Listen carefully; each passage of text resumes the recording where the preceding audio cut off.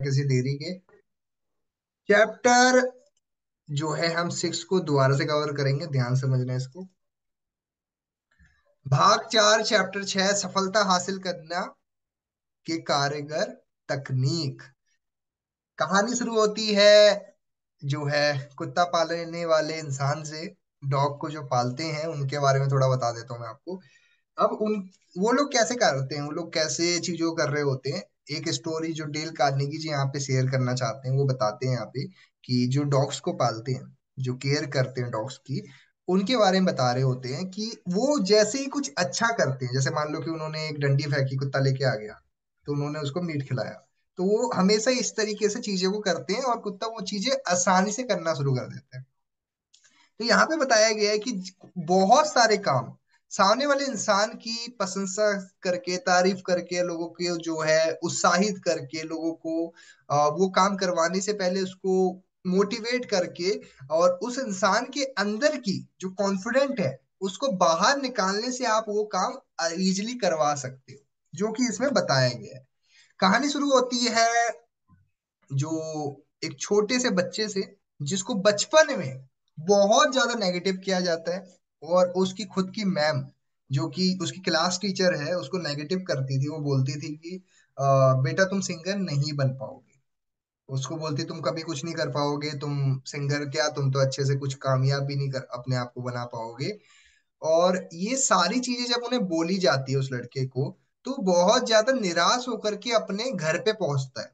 और जब वो घर पे पहुंचता है तो उनकी जो माँ है, माता श्री है, जो एक गरीब है और किसानी कर रही होती है, तो वो अपने बेटे को बहुत ज्यादा पॉजिटिव करने के लिए, उसको मोटिवेट करने के लिए तारीफ करती है उनकी कि बेटा तेरे से अच्छा सिंगर तो कोई बन ही नहीं सकता है, और मुझे पता है कि तू बेटा एक दिन बहुत अच्छा सिंगर बन के रहेगा और दुनिया तुझे पहचानेगी। और उसको ये चीज बोलने से ये बेटा जो निराश होकर घर पे पहुंचा करता है, ये बहुत ज्यादा खुश हो जाता है और बहुत ज्यादा सफल अपने आप को मानता है, क्योंकि एक था जो इसको मानता था कि कुछ ना कुछ ये बंदा इंसान कुछ बड़ा होके करेगा।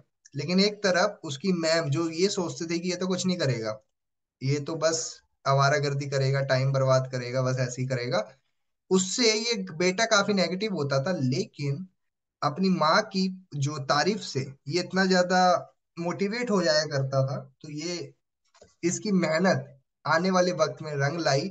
और आज हम इन्हें ये जो इस किताब में ना बहुत सारी कहानियां ना 1800 पहले से है, तो हो सकता है आपको बहुत सारे जो चेहरे आप नहीं पहचान पाओ, लेकिन ये उस टाइम के बहुत फेमस पर्सन है।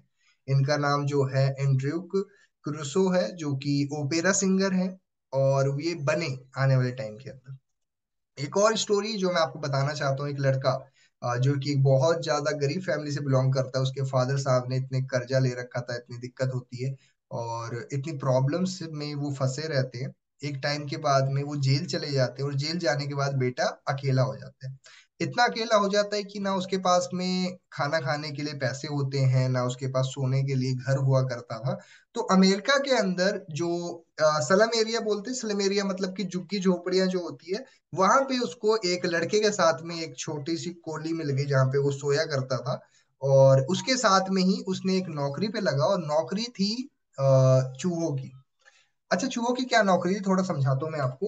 होता क्या था कि उसको जो डिब्बियों में चूहे चूहे होते हैं उसको उस पे टेप लगाना होता था, या फिर उस पे पर्चियां चिपकानी होती थी। उसकी ये नौकरी होती थी और यही किया करता था वो, और सिर्फ 10 साल की उम्र में वो पैसा कमाने लग जाता था। अब 10 साल की उम्र में जब वो काम कर रहा होता है, मेहनत कर रहा होता है, बहुत ज्यादा स्ट्रगल कर रहा होता है, तो उस टाइम पे उसको बहुत सारी चीजें, लोग उसको नेगेटिव किया करते थे क्योंकि उसको लिखना बहुत अच्छा लगता था।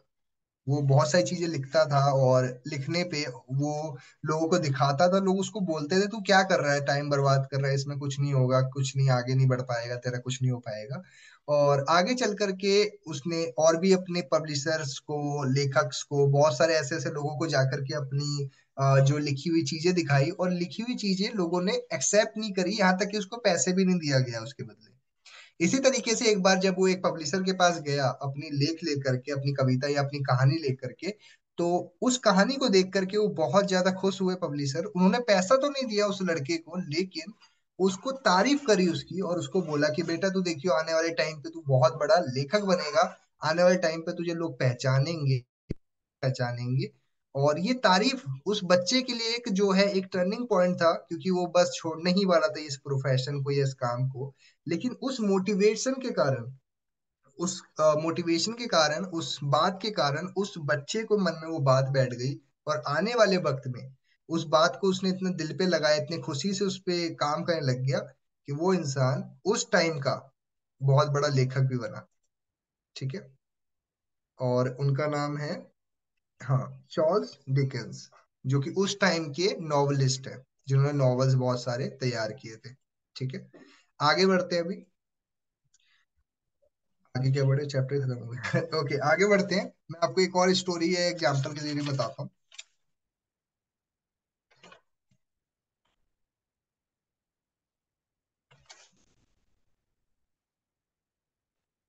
अब यहाँ पे एक चीज बताई गई है कि इंसान अपनी सीमाओं के बराबर लोगों से आगे बढ़ सकता है। इस चैप्टर के अंदर जो मेन सार बताया गया है वो ये बताया गया है कि अगर आपको किसी इंसान को आगे बढ़ाना है या फिर कोई काम कराना है, तो पहले तो उस इंसान की खूबियों को मदद करिए।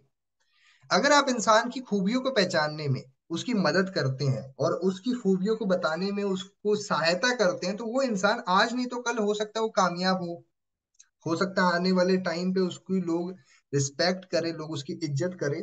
तो वो चीज आपने किसी को भी नेगेटिव नहीं करना है। हमने बहुत बारी आज की डेट में हमारे समाज में लोग ये चीजें करते हैं। कोई इंसान आगे बढ़ रहा होता है उसको दबाने की कोशिश करते हैं, तेरे से ये नहीं, इन सब चीजों चीजों में टाइम बर्बाद करता है। यही सब चीजें शायद हो सकता है कि सचिन तेंदुलकर को भी बोला गया होगा, विराट कोहली को भी बोला गया होगा। यही सब चीजें जो आज की डेट में बहुत बड़े बड़े सिंगर्स हैं, एक्टर्स हैं, बहुत बड़े बड़े जो लोग आज एक अच्छे अच्छे प्रोफेशन में हैं, लोगों ने उनको नेगेटिव किया गया होगा। लेकिन कोई एक चीज होती है जो इंसान को पॉजिटिव कर देता है, और एक ही बात उस इंसान को बहुत ज्यादा उसकी कामयाबी में हेल्प कर देता है। ठीक है। तो आपने एक ऐसा इंसान बनना है जो हमेशा लोगों को मोटिवेट करता है, लोगों को आगे बढ़ने के लिए प्रेरणा देता है। ऐसा इंसान नहीं बनना है कि तेरे से नहीं हो पाएगा, तू नहीं कर पाएगा। अगर आप ऐसा इंसान हो तो आज ही से अपने आप को बदलना शुरू करो।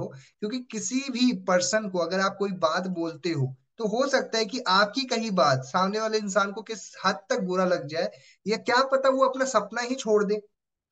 और ऐसा होता है काफी सारे जो गांव में, शहरों में ऐसा किया जा रहा है। और लोग अपनी इच्छाओं को मार देते हैं सिर्फ और सिर्फ इसलिए क्योंकि उनके माता पिता ने या फिर उनके सोसाइटी ने एक्सेप्ट नहीं किया उन चीजों को, और वो इस कारण क्या करते हैं, आने वाले टाइम पे कामयाबी नहीं हासिल कर पाते। तो यहाँ पे लेखक कहना चाहते हैं कि लोगों को आपने मोटिवेट करना है ताकि वो लोग आगे बढ़ सके, और इससे भी लोग बहुत जल्दी आपसे दोस्ती भी करते हैं।